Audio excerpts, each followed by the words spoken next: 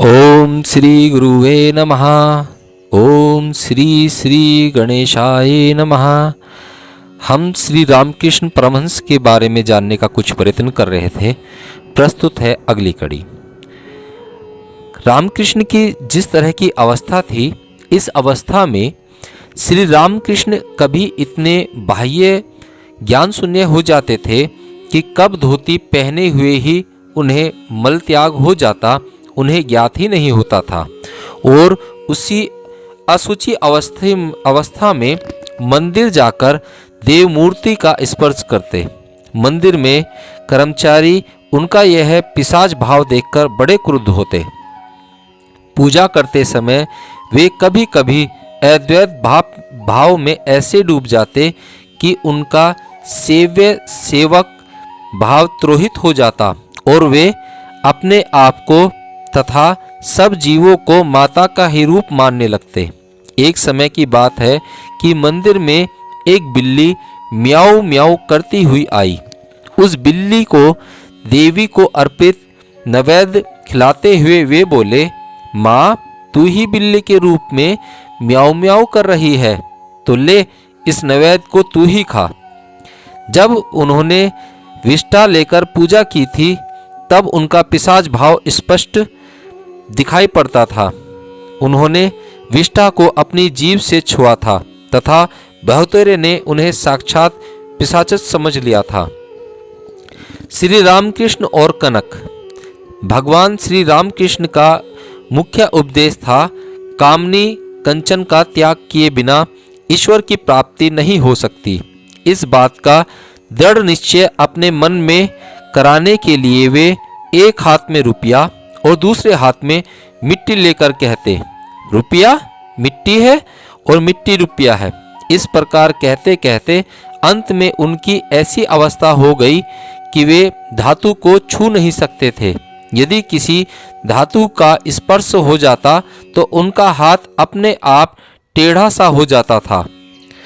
किसी वस्तु के संचय की भावना से भी उनकी यही अवस्था हो जाती थी।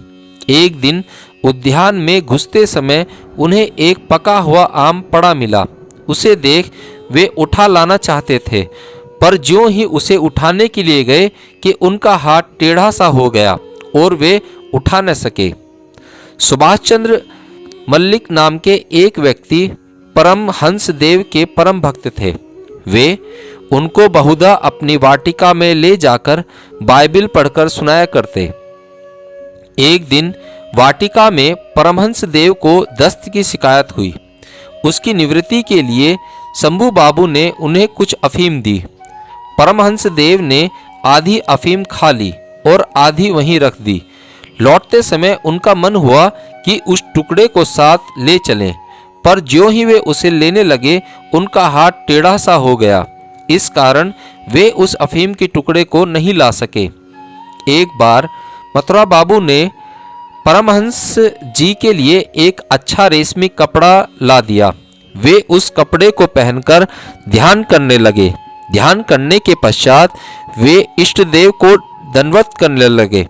उस समय उनके मन में यह भाव आया कि दंडवत करने से कपड़े में धूल लगेगी। तुरंत यह सोच कि कपड़ा इष्ट चिंतन में बाधक हो रहा है, उन्होंने कपड़े को खोलकर फेंक दिया और इष्ट देव को दंडवत प्रणाम किया। एक मित्र ने कहा था, एक दिन जब मैं परमहंस देव के पास गया तो देखता हूँ वे एक महंगे कपड़े पर थूक रहे हैं और बार बार धूल से उसे घसीटते हुए कह रहे हैं, तुझे बड़ा घमंड हो रहा था ना, अब देख तेरी क्या अवस्था है। लक्ष्मी नारायण नाम के एक धनी मारवाड़ी ने परमहंस देव से आकर कहा, मैं देखता हूँ कि आपको खाने पीने की तकलीफ है, इसलिए आपके नाम 10,000 रुपये लिखने के लिए मैं कंपनी का कागज लाया हूँ। इसके ब्याज से आपका निर्वाह हो जाएगा। परमहंस देव ने रुपया लेना स्वीकार नहीं किया, तो भी वह बार बार लेने के लिए विनती करने लगा। अंत में परमहंस देव जोरों से क्रदन करते हुए कहने लगे, माँ तू ऐसे लोगों को यहाँ क्यों लाती है जो तुझे जो मुझे तेरे पास से हटाना चाहते हैं, जो तुझमें और मुझमें भेद डालना चाहते हैं, वे मेरे पक्के बैरी हैं। यह कहते हुए वे समाधि मग्न हो गए। उनका बाह्य ज्ञान फिरने पर मारवाड़ी ने उन्हें अप्रसन्न जान क्षमा मांगी और उन्होंने भी मधुर भाषा में उसे धीरज दिया। मथुरा बाबू भी परमहंस देव के नाम 50,000 रुपये कंपनी के कागज पर लिख देना चाहते थे, पर परमहंस देव उन रुपयों को लेने के लिए किसी प्रकार भी राजी नहीं हुए। माथुर बाबू ने बहुत समझाया और कहा, इसके लेने में क्या दोष है, आपको कुछ करना नहीं पड़ेगा, केवल आपके पास कागज धरा रहेगा और उसका ब्याज मैं आपको ला दिया करूंगा। परमहंस देव ने कहा, रुपया लेने से मेरे मन में यह भाव रहेगा कि ये रुपये मेरे हैं। परमहंस देव कभी कभी मथुरा बाबू के यहाँ भजन कीर्तन सुनने जाते थे। तब मथुरा बाबू श्री रामकृष्ण के हाथों से गवैयों को मुक्त हस्त से दान करवाते थे। कोषा अध्यक्ष मथुरा बाबू से पूछते, कितने रुपये लाए जाएं? मथुरा बाबू कहते, कितने रुपये?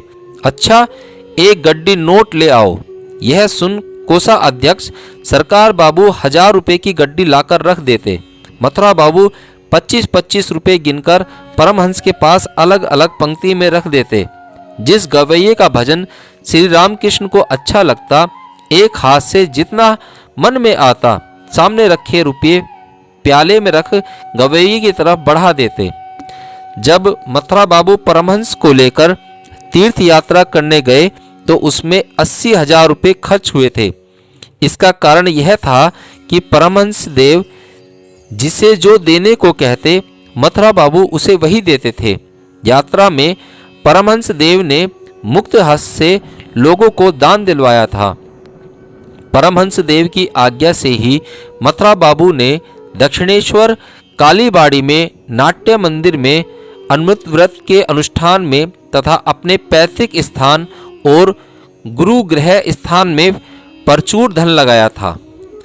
श्री रामकृष्ण और कामनी। भगवान श्री रामकृष्ण नारी मात्र की माता की दृष्टि से देखते थे। यही कारण था कि उन्होंने अपनी विवाहिता पत्नी के साथ कभी सहवास नहीं किया।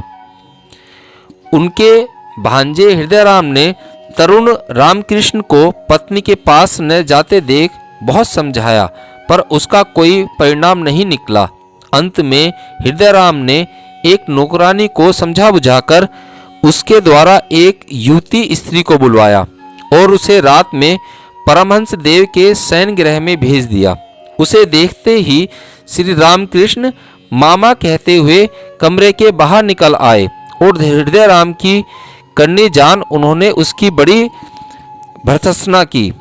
तदंतर मथुरा बाबू ने भी उनकी परीक्षा लेनी चाहिए। एक दिन उन्होंने मछुआ बाजार की किसी रूपवती वेश्या से सलाह करके उसके घर में कुछ सुंदरी वेश्याओं को 16 श्रृंगार करा के रखने के लिए कहा और परमहंस को उनके बीच ले जाकर छोड़ दिया। परमहंस देव उन्हें देख आनंदमयी माँ कहकर प्रणाम करने लगे और समाधि में डूब गए। यह देखकर वेश्याएं डर गईं। कोई उन्हें पंखा झलने लगी और कोई अपने को अपराधीन मार क्षमा मांगने लगी। इससे मथुरा बाबू बहुत लज्जित हुए तथा परमहंस देव के प्रति उनकी भक्ति और भी बढ़ गई। एक बार रानी रासमणि ने भी उनके पास एक वेश्या को भेज दिया था, जिसे देखकर वे माँ कहते कहते समाधि मग्न हो गए थे। कामशास्त्र में एक विशेष पटु एक सुंदरी वैष्णवी ने कलकत्ते में किसी व्यक्ति से सुना कि दक्षिणेश्वर में रामकृष्ण नाम के एक परमहंस है। उनका आदर केशव चंद्र सेन जैसे श्रेष्ठ व्यक्ति भी करते हैं। वह वैष्णवी अनेक तीर्थ घूम चुकी थी तथा उसने अनेक साधु, महंत, मठ और तपस्वी देखे थे। वह जहाँ जाती अपनी सुंदरता से लोगों को मोहित कर उनका सारा धन ले लेती। इस प्रकार स्वयं बहुत धनवान हो गई थी। अपनी सुंदरता के मद में मद वह एक दिन दक्षिणेश्वर परमहंस देव के पास पहुंची और उन्हें प्रणाम करके एक किनारे खड़ी हो गई। उसी समय परमहंस देव सोच के लिए निकले। वह वैष्णवी पानी का लोटा ले उनके पीछे पीछे चली। परमहंस देव वाटिका के उत्तर की ओर आम के वृक्ष के नीचे एक झाड़ी के पास सोच के लिए बैठे। वैष्णवी लोटा लिए कुछ दूरी पर खड़ी रही। परमहंस देव छोटे बालक के समान मिट्टी के ढेलों से खेलते हुए सोच फिरते रहे। बाद में वैष्णवी से जल लेकर उन्होंने सोच क्रिया समाप्त की। उनका शिशु का सा स्वभाव देख वैष्णवी बोली, मैंने अनेक साधु देखे पर तुम्हारे जैसा एक भी नहीं देखा। प्रभु, मेरे अपराधों को क्षमा करो, मैं बड़ी ही अपराधनी हूँ। एक बार वैष्णवाचरण परमहंस देव को कच्ची बाग में युवती वैष्णवियों के अड्डे पर ले गए। परमहंस देव ने वहां की स्त्रियों का कुशासित भाव देखकर वैष्णवाचरण को बहुत धिक्कारा। बाद में तामसी प्रकृति का वर्णन करते हुए परमहंस देव बहुतों को वहां की एक स्त्री के बर्ताव के बारे में बहुधा सुनाया करते थे कि किस प्रकार वह स्त्री मुंह में पान भरकर परमहंस देव की देह से अपनी देह रगड़ते हुए बोली थी कि भाई, पान और सुरती के बिना मैं नहीं रह सकती। यह बात सभी जानते थे कि जब परमहंस देव जान बाजार में मथुरा बाबू के घर में रहते थे, तब मथुरा बाबू के शयन कक्ष में जहां वे सपत्नीक सोते थे, उनके बिछोने के पास के दूसरे बिछोने पर श्री रामकृष्ण बालक के समान सोते थे। मथुरा बाबू भली भांति जानते थे कि परमहंस देव के मन में नाम मात्र को विकार नहीं है। दीन रामकृष्ण। सत सहस्त्र लोगों ने देखा है कि भगवान श्री रामकृष्ण को कोई प्रणाम करने जाता तो वो पहले से ही उसे प्रणाम करते। परमहंस देव ने सबको यह स्वयं दिखा दिया कि अहंकार कैसे दूर होता है और कैसे सबसे विनम्र बना जा सकता है। वे माँ काली के प्रति रो रो कर प्रार्थना करते थे, माँ मेरा अहंकार दूर कर दे, माँ मैं नर्मों में नर्म और दीनों में दीन हो जाऊं। देवों से भी वह यही प्रार्थना करते थे, माँ न मैं आदर चाहता हूँ न मैं मान चाहता हूँ, मेरा अहंकार दूर कर, मुझे दीन से भी दीन और हीन से भी हीन बना दो। एक दिन एक दीनहीन दुबला पतला किसान पाँव में धूल लपेटे चप्पल पहने फटफट करते हुए आया और कैसे हो रामकृष्ण कहता हुआ उनके गद्दे पर बैठ गया। तदंतर उसके शरीर पर हाथ रखते हुए बोला, एक चिलम तमाकू पिलाओ भैया। श्री रामकृष्ण ने तुरंत उठकर चिलम में तमाकू भरकर उसे दिया। वह व्यक्ति चुपचाप तमाकू पीकर थोड़ी देर में भाई मैं राम हूँ कहकर चला गया। उसके चले जाने के बाद सब लोग परमहंस जी से कहने लगे, आप स्वयं तमाकू भरने क्यों गए? हम लोगों को कह देते तो हम ही भर देते। यह सुन परमहंस देव बोले, भर दिया तो क्या हुआ, इसमें हानि क्या है। एक दिन परमहंस देव कृष्णनगर के किसी सज्जन के यहाँ गए थे। वहाँ उसी समय दीन बंधु न्यायरत्न उस व्यक्ति के घर उससे भेंट करने आए थे। वे न्याय शास्त्र के बड़े प्रसिद्ध पंडित थे। परमहंस जी ने उन न्यायवेता को देखते ही प्रणाम किया, पर न्यायिक ने उन्हें प्रणाम नहीं किया। वे बोले, आप क्या मेरे प्रणाम के योग्य हैं? यह सुन परमहंस देव ने कहा, मैं आपका दासनदास हूँ, सभी मेरे लिए मान्य है। पंडित जी बोले, मैं जो पूछता हूँ उसका उत्तर दीजिए, आप मेरे प्रणाम के योग्य हैं या नहीं? परमहंस देव ने विनयपूर्वक कहा, मैं संसार भर में सबसे नीच हूँ, सबके सेवक का भी सेवक हूँ, सभी मेरे लिए मान्य हैं। तब पंडित जी ने पुनः कहा, आपने मेरी बात नहीं समझी, आपकी देह पर जनेऊ नहीं है।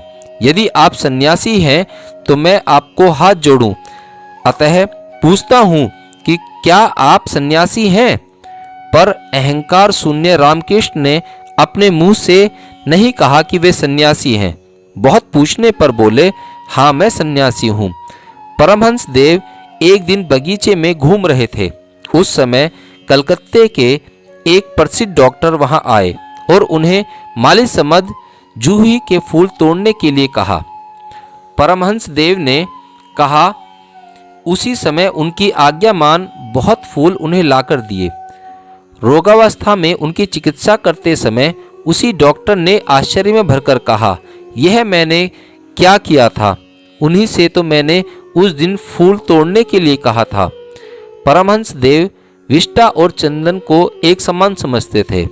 इस पर किसी ने मखरी करते हुए कहा, अपने विष्टा भला कौन नहीं छूता।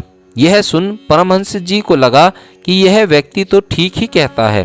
उसी समय उनके मन में एक अद्वैत वृत्ति का उदय हुआ और वे वाटिका में जाकर, जहाँ सबका विष्टा मलमूत्र पड़ा था, विष्टा उठाकर मिट्टी के समान अपने हाथों से मलने लगे।